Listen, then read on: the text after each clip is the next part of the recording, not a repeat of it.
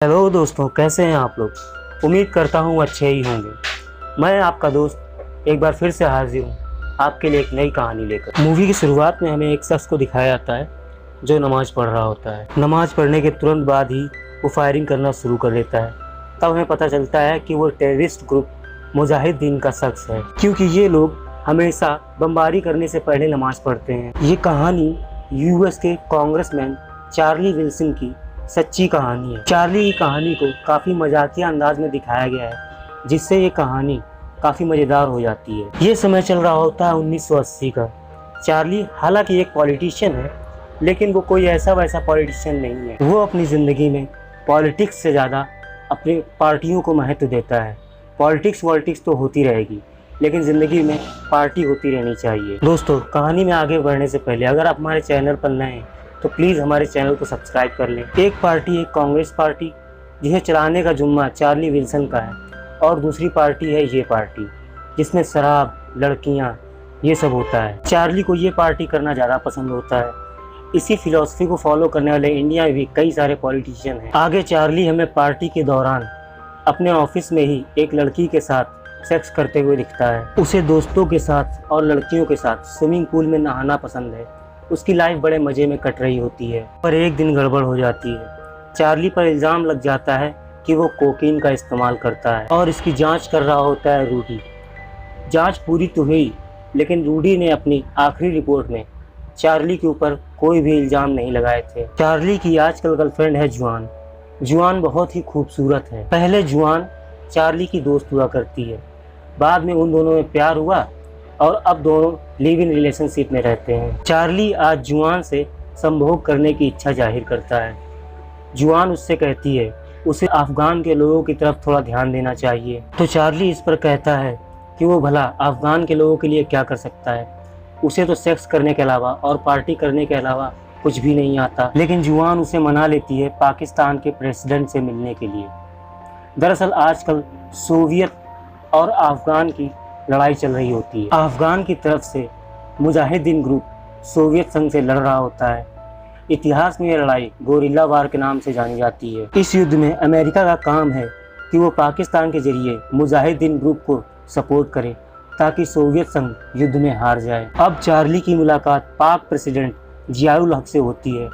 पाक प्रेसिडेंट उससे कहता है अमेरिका उसकी प्रॉपर हेल्प नहीं कर रहा है। पाकिस्तानी प्रेसिडेंट कहता है उसे और पैसों की ज़रूरत है ताकि वो मुजाहिदीन ग्रुप को सप्लाई कर सके। चार्ली इस मामले में बहुत कंफ्यूज है। पाकिस्तानी प्रेसिडेंट की इच्छा है कि चार्ली पाकिस्तान आए और यहाँ आकर वो अफगानी रिफ्यूजी कैंप्स को विजिट करे। चार्ली इस बारे में अपनी गर्लफ्रेंड जुआन से बात करता है। चार्ली की गर्लफ्रेंड भी उसके साथ पाकिस्तान जाने को कहती है, और चार्ली का असिस्टेंट भी कहता है कि पाकिस्तान, ईरान और इजिप्ट, ये सारी कंट्रीज़ अमेरिका के लिए बहुत ज़रूरी है। यहाँ क्या होता है हमें इस पर नज़र रखनी चाहिए। इन सभी की बातों को सुनकर चार्ली पाकिस्तान जाता है और वहाँ जाकर देखता है कि अफ़गानी रिफ्यूजीज़ की ज़िंदगी कितनी दुख भरी है। ये लोग यहाँ मिट्टी खाने को मजबूर हैं, इनके पास खाने तक को कुछ नहीं है। सोवियत वालों ने अफ़गानिस्तान के बहुत सारे हिस्से पर कब्जा कर लिया है।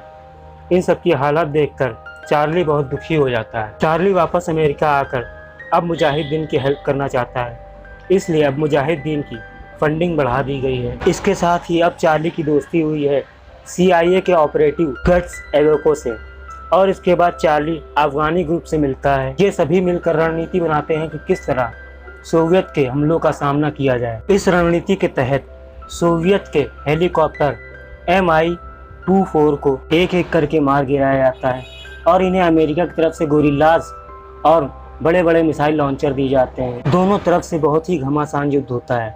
सोवियत वालों के फाइटिंग प्लेन्स मार गिराए जाते हैं। इस युद्ध में सोवियत के बहुत सारे हेलीकॉप्टर्स मुजाहिदीन ग्रुप के सामने नहीं टिक पाए। इस तरह सोवियत को बहुत बड़ा नुकसान उठाना पड़ता है। इस लड़ाई में चार्ली इजिप्ट और इजराइल की ही मदद लेता है। इस युद्ध में चार्ली को पाकिस्तानी प्रेसिडेंट जियाउल हक का भी सपोर्ट मिल रहा होता है।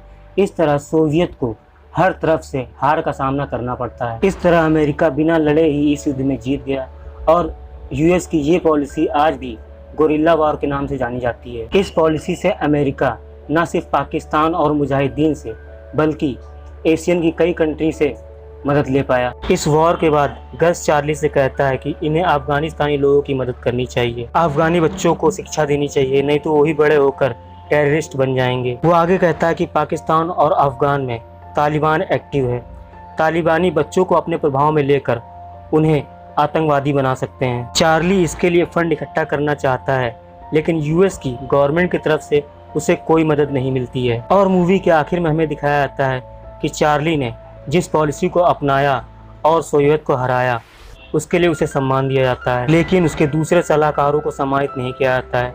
अवार्ड लेते समय चार्ली जुआन की तरफ देखता है, जो कि उसकी तरफ एक किस फेंकती है। इन सब के बाद अब चार्ली काफ़ी दुखी होता है, क्योंकि वो अफगान के लिए और बच्चों के लिए कुछ नहीं कर पा रहा। और यहीं पर यह मूवी खत्म हो जाती है। दोस्तों, हम फिर मिलेंगे एक नई कहानी के साथ।